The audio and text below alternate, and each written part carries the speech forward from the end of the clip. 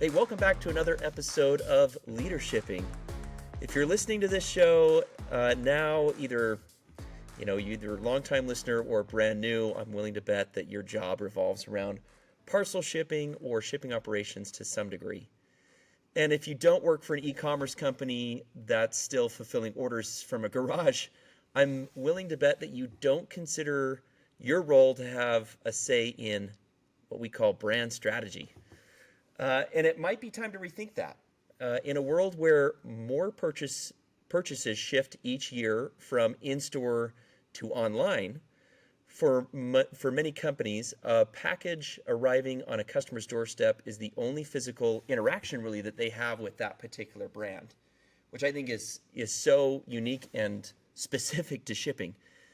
And while much of that process is in your carrier's hands, like FedEx or UPS or Amazon, there's a lot you can do to make sure that you nail the client experience. In the end, it can pay off big time for you, your brand, from your clients, and for customer loyalty. Today, we're going to be diving right into this. I'm happy to be joined by an expert on just this. The relationship between shipping and a business strategy is Danna Nieto. Danna, welcome to the show. Thank you, Caleb. I appreciate you having me. Yeah.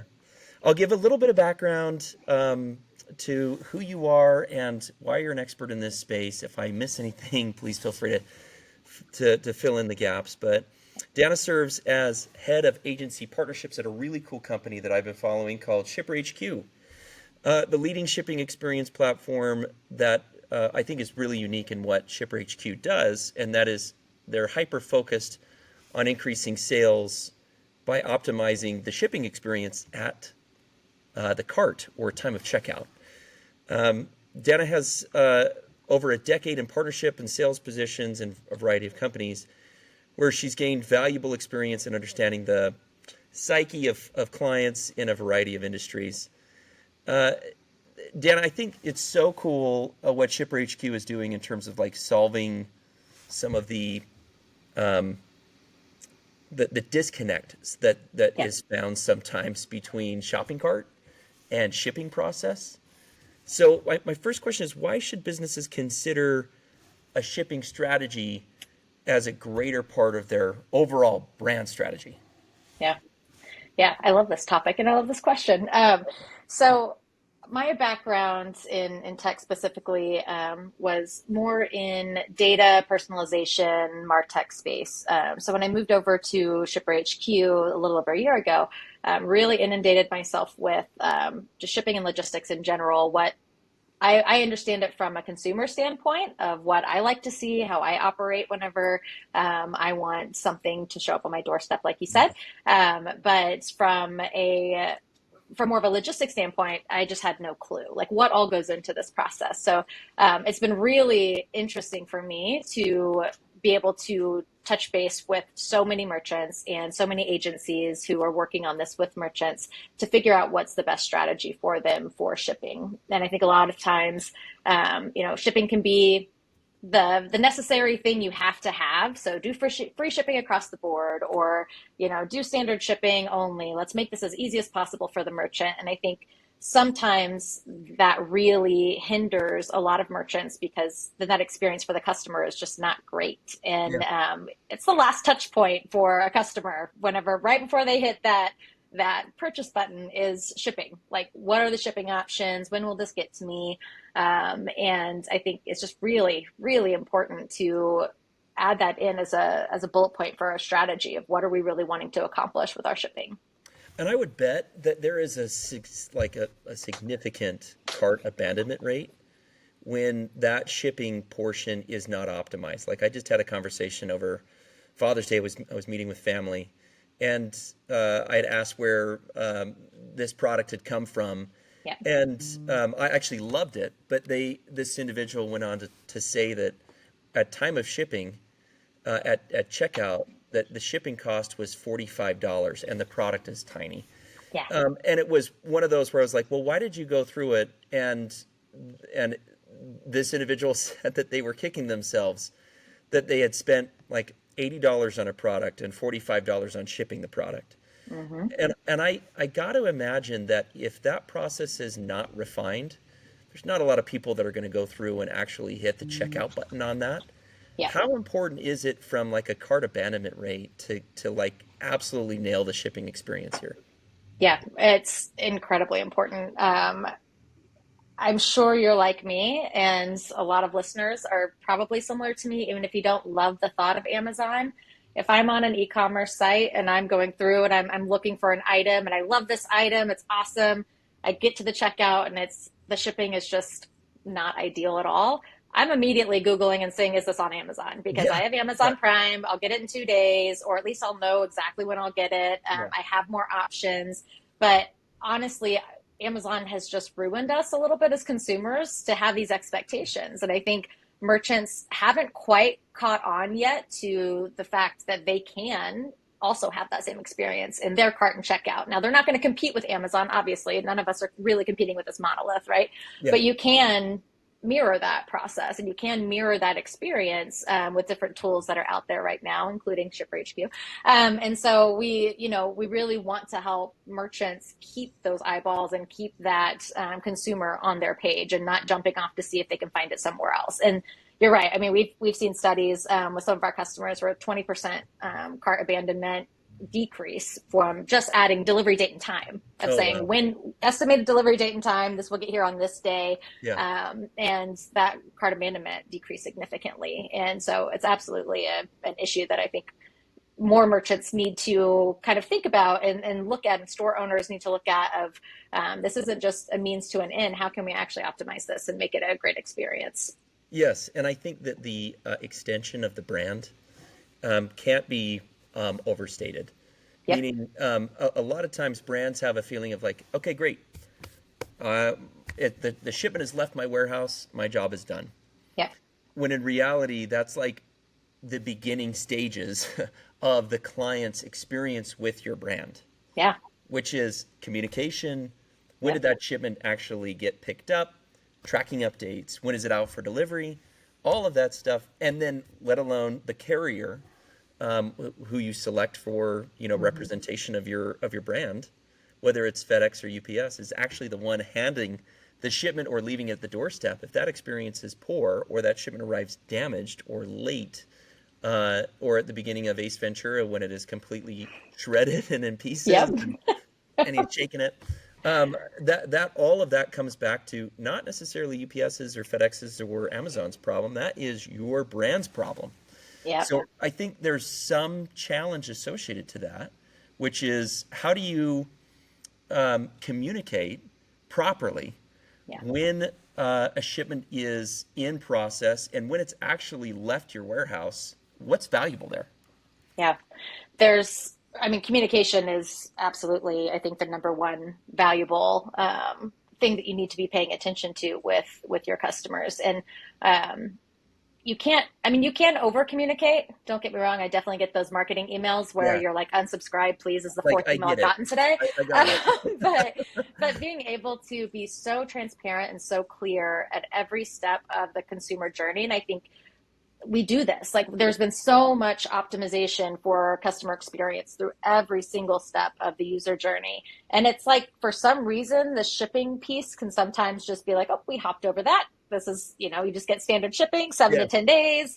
We're not really sure when it's going to get there. We're not going to give you really any accurate information on this. Check our FAQs that, tell you when the lead times are for this product. Like you can find the information as a consumer, but you really have to go digging. And Yeah, so I think what's so important about thinking about this more of a strategy when you're considering communication is how much upfront information can you give a consumer in that cart and checkout, and then along the way, right? Like you said, so when something's leaving a warehouse, when, then you're going to start getting updates from the UPS or the FedEx or things like that. But yeah, you're absolutely right. If something comes damaged to the doorstep, I'm not calling UPS. I'm calling, yeah, or I'm chatting into the brand, or I'm chatting in, somewhere for them to handle it and asking yeah, them the questions. And so I think what's really fascinating too with communications for end users is that the amount of customer support that a merchant can decrease these questions of where's my package. One of the main things that they can do that is so easy is put estimated delivery date and time in their cart and checkout and Right. say, Yeah. here's the day you should be able to expect that. Now, I would also recommend adding in a lead time or, things like that Yeah. on in your software, whatever that is. So you're over delivering and under promising, right? So if I say, hey, it's going to be there in 3 days and it gets there in 2 days, that customer is going to be so excited. I have been waiting for my what's it called? Only place or one place, this little oven, like convection oven thing Yeah. for over a week. And then it gets pushed out a day. And I'm like, I was hoping to have it Right. tomorrow to be able to Yes. do some air frying. But then I have other items that get there a day early. And I'm so excited about that brand. So I'm excited about the product. I'm excited about all of those things. So really thinking about how are we under promising and over delivering, and communicating that. And then every step along the way. When does it leave the warehouse? When is it going to get to you? Whenever it gets delivered, send that email. Hey, your package has been delivered. We would love to see photos of where you put this or how Yes. you do it. Engage with your users, engage with these consumers. Tag us on social media and show us where you put this item in your house, or when you go on a date night with this new outfit you bought, like Yeah. do a review. Like there's so many different ways that you can engage customers all along that journey, but you can't forget the shipping piece. You just can't. Right. And I think, and I've said this before on previous episodes, and it's still like the bane of my existence when I order something online. And this is funny because we're all consumers. Like pretty much Yes. everybody out there is, it's really easy to kind of armchair expert somebody else's process when shipping really Mm-hmm. is kind of complicated. But there's one thing that drives me bonkers and it needs to stop. And that is when I buy something, I get a notification from the brand that my item has shipped, and I get so stoked. Like, okay, oh wow, like that was 12 hours ago. Like I bought it Uh-huh. at 5 p.m. yesterday, I know exactly what you're going to say. and it's already shipped. I know, and it's the label created. Yep. It's this like awful stage of like, you just let me know that there was an internal process that has nothing to do with me. Like, Uh-huh. congratulations, brand. You just created the label for my shipment to go out. That means Yep. jack squat to me. Yeah. And Yeah. I think it just needs to, uh, more thought from a client perspective on Mm-hmm. the shipping process needs to be put into that brand experience. That's Yep. just one that drives me crazy. And I'm sure that there's solutions out there for it. Like, Yes. don't notify the client until it's actually shipped. Until it's shipped from the warehouse, or has been brought to UPS or FedEx and they Yeah. have it, and then it's actually been shipped through the carrier, right? No, Yeah. it's true that that piece also drives me insane because I get very excited about those notifications, and then I'm like, oh, it's 3 day shipping. Then no, it's still got a Yeah. lead time of like 2 days to get to the wherever the facility is that they're shipping from. Yeah, I think one of the things that is so neat about what you all do is I loved reading through the research that you all have done with consumers and how do people want to have a shipping experience. And I've been a little obsessed recently with this idea of merchants, really kind of asking more of these questions to their consumers, like engaging with their consumers on social media, like, Yeah. hey, if we did A, B, and C with shipping, would you join our loyalty program? Yeah. Like the fact that they could create consumer groups and put them in a certain section, say these are all of our VIP customers who we know they typically purchase this amount, or we can get them to purchase this amount with some incentives and the cart and checkout. But being able to bring those consumers over to their own grouping and then say, hey, everybody in this group, they get free shipping for 2 day, like Yeah. free 2 day shipping because we know that they purchased this amount. And then adding that in as a marketing strategy and actually thinking about it as a customer acquisition play as well of not only is our VIP, loyalty program have these perks, but also you get the free 2 day shipping like Amazon. So don't go to Amazon, come to us. Like there are ways that, the marketing team can really expand on these things and make this experience something where it's like a white glove experience for their customers and keep those customers coming back and getting new high value customers too. Yeah. I think most brands want, not most, every brand that's selling their product e-commerce wants repeat clients that are loyal, Yes. and having level of interaction with those clients to say, hey, look, join a loyalty program. We're going to reward you with free shipping or free 2 day shipping or Yep. free shipping of, orders of $50 or more, and there's some strong logic behind that of why Yep. that's valuable, I think goes a long way. I've been curious because I've seen this done just as a consumer myself, where packaging is customized Yep. to the brand. It arrives at the doorstep, and I like it. Like as a consumer, I like it. But how important is packaging, and whether it's like either custom packaging or just quality of packaging Yeah. for a particular brand? How important is that for them, from a consumer standpoint? Does that make consumers want to come back more frequently? I think it can depend on the brand. So if you're thinking about you're buying something from Amazon and or a store on Amazon, like the packaging for me, my expectation isn't that it's going to be butterflies coming out of it whenever you open it up, like Yeah, perfume smells, right. things like that.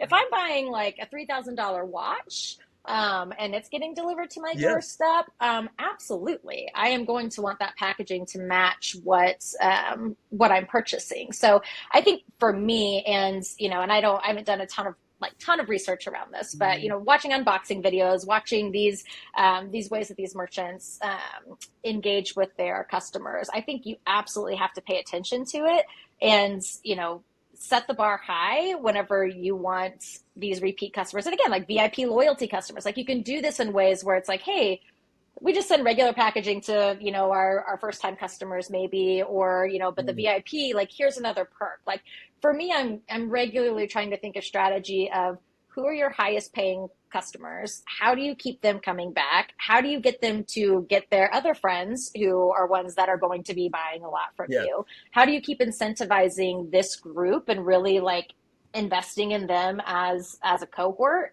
as well as still acquiring new customers. But you're like anybody else. I'm like anybody else. If my friend tells me, hey, I love this thing and I love this company, you should check it out, way more likely to check it out than a Oh yeah. marketing email to come through Yeah, my for door, sure. right? So, Yeah. yeah, I know I got a little off topic there, but yes, I think depending on the item that's being purchased, like if it's something small, like you can never do too much. But I think typically people end up putting that packaging in the recycling, hopefully. So Yeah. I would focus a little bit more on the overall experience and who are you offering that to and why, and maybe not do it across the board for every single item or every single customer. Yeah, it doesn't make sense on a $10 item, Yes. right? Yeah. But something Mm-hmm. where, even if it's a $10 item, but it's a very loyal client and you are Oh yeah. servicing that kind of VIP status, I think makes Yep. total sense.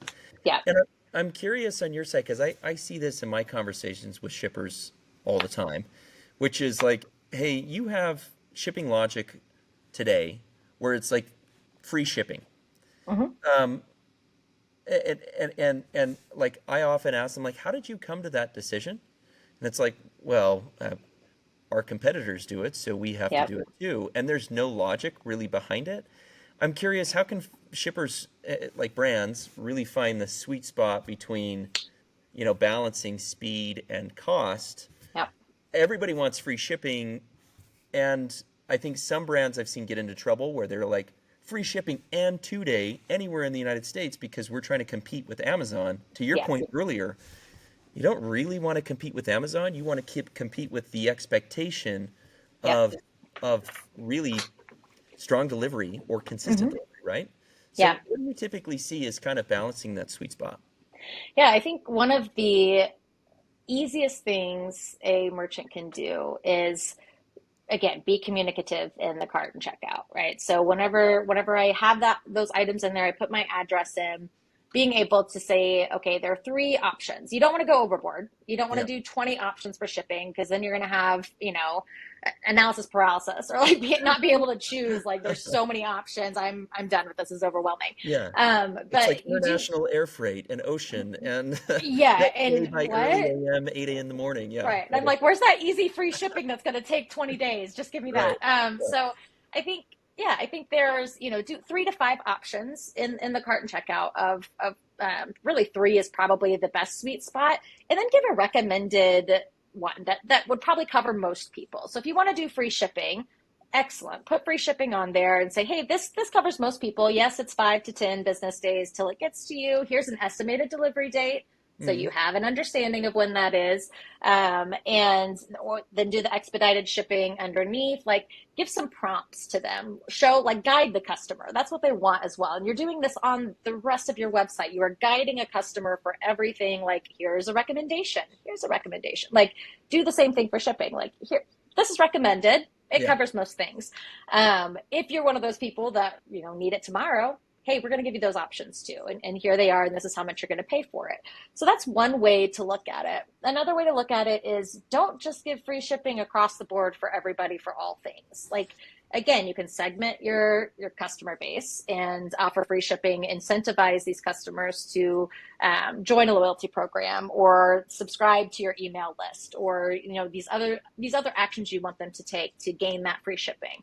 Gamify it. I mean, that's definitely, it works. Gamifying it works. So, hey, $25 until you get free shipping. They'll add more items. I do this all the time on Amazon. I need one thing. I know. Then it's like, this will get to you. Yeah, this will get to you today in 4 hours if you add $20 more on this $5 item. Well, of course, duh. Why wouldn't I do that? Yeah. So having that as an option and incentives for spending more money with you. So then that covers that shipping, or at least alleviates some of it. And so that's another option. I mean, really, for each merchant, it's going to be different of what's going, like, there can be best practices and we can give you ideas and strategies. But you have to just kind of say what's best for your business. You can add a surcharge to certain things. If there are items that in your product lineup that it's just really expensive to ship, give free shipping on everything except for that. Put a surcharge on that bad boy. And hey, sorry, this is how much a mattress costs to ship. It's expensive. No joke. The carriers are doing the exact same thing to you. Yes, absolutely. And the surcharge, there's over 150 accessorial surcharges that FedEx or UPS like to apply. Yep. And the idea that every single shipment should be created and treated the same is kind of bogus. Oh, yeah. I've talked to more brands in analyzing their data, their shipping data, in helping them understand that, hey, on some of these bulkier items, you're actually losing money at the end of the day. Like, you're losing $20 or $50 or $75 on every single time that you send that order out, because shipping is eating up the rest of it. FedEx and UPS make sure that they make great money on items that might be bulkier, that take up space in the truck of the airplane. It doesn't mean that it needs to be like this crazy profit center for brands, but it should mean that you shouldn't be eating the majority of that cost and having it erode your product margin. Yep. Yeah. And that's where, like, again, tools are in place for ShipperHQ. I'll make a very quick plug. We have things like dimensional shipping, where we take into account, like, if you go into UPS and they weigh it, they also do all of the, sizing of the box and length and width, and take all of that into consideration before they're giving you a price, right? If you just go in and have free shipping across the board, or, you just are doing it by weight only and not taking anything else into consideration around dimensions, like, that is costing you a lot of money, most likely. So I do challenge merchants to say, like, here are a couple of things to look at. How often are you getting customer support inquiries about when a product's going to get to someone's house? Just take a look at that. How often are you spending more money on shipping than, like, how often are you losing money on shipping? Like, really take that into consideration. And then what's your conversion rate like in your cart and checkout? Like, once you can see when people are getting through that process, here's the shipping page. What is the fall off on your conversion rates at that point? And take those three things into consideration, and then start thinking about, okay, maybe I need to optimize my shipping strategy a little bit better, because but these are things that people don't really think about. And why would they? Because they're just trying to get something out the door and get a purchase, right? But it's all really important from the merchant side. Oh yeah, from the consumer side, absolutely. And I think the ability to say, hey, let's look at our data and let's A/B test it. Let's try this out for 6 weeks and see what the result is. And if it has an uptick on conversion that goes through the shopping cart, then great, stick with it. And I think ultimately, I'd love to see brands, shippers, clients of FedEx and UPS and Amazon understand what's in their data to make better informed decisions. Like that is such kind of a thing that is being applied in sales, in marketing, in inventory.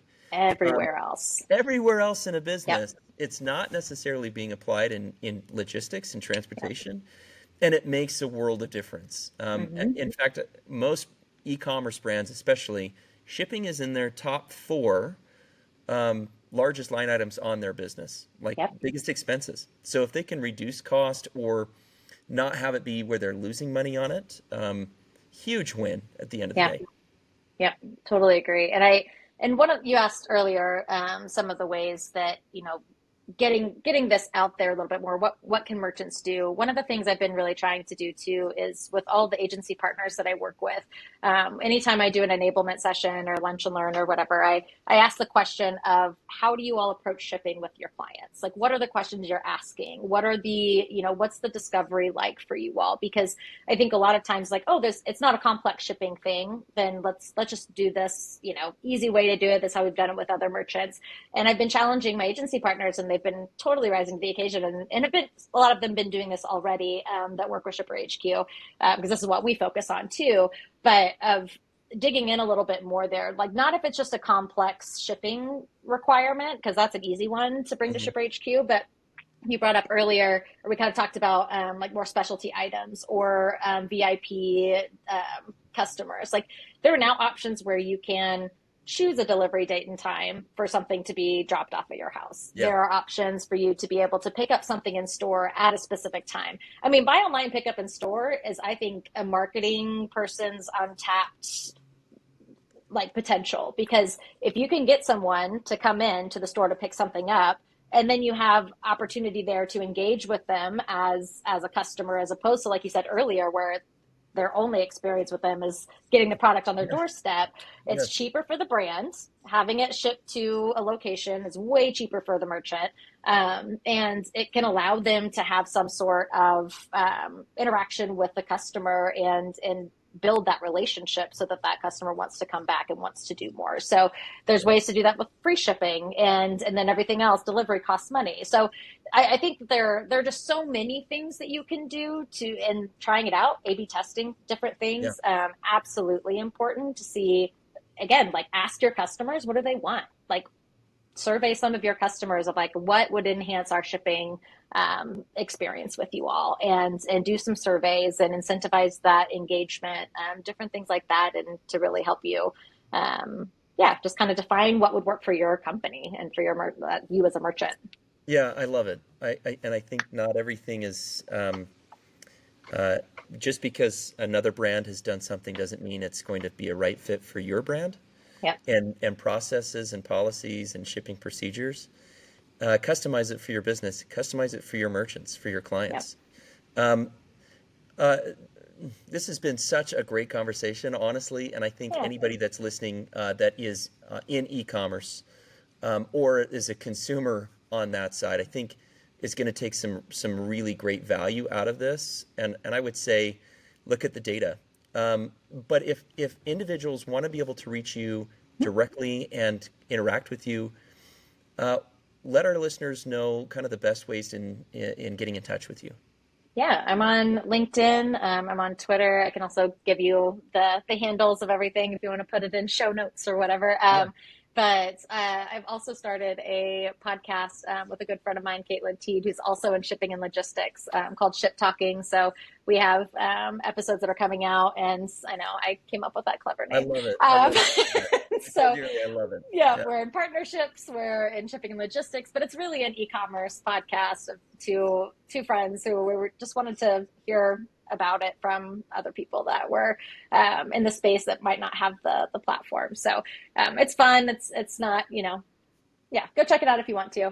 So LinkedIn, I'm on Twitter. Those are probably the two best places. And then, of course, with Shipper HQ, if you want help with strategy as a merchant and want to just have questions, I mean, we're around, and we're some of the least pushy salespeople that I've ever talked to at any company I've ever been at in sales, actually. So That's cool. we really try to help out. Awesome. Awesome. Well, thank you so much for being a part of Yeah. LeaderShipping in this episode. It's been really valuable, and thanks again. We'll definitely stay in touch as it Yes. moves on. Thanks for having me. Well, thanks again for listening. For LeaderShipping, check us out here on your favorite podcast platform to find more episodes. Make sure you subscribe, leave a comment, interact with us. Tell us what you'd like to be able to see next. There's been so much good discussion that's come out of this LeaderShipping podcast. We want to make sure that that continues with some great content. Also, check out sifted.com for more on us, along with some great resources that we have, like blogs and monthly newsletters, some helpful guides and research, and more. And as always, thanks for listening. Happy shipping.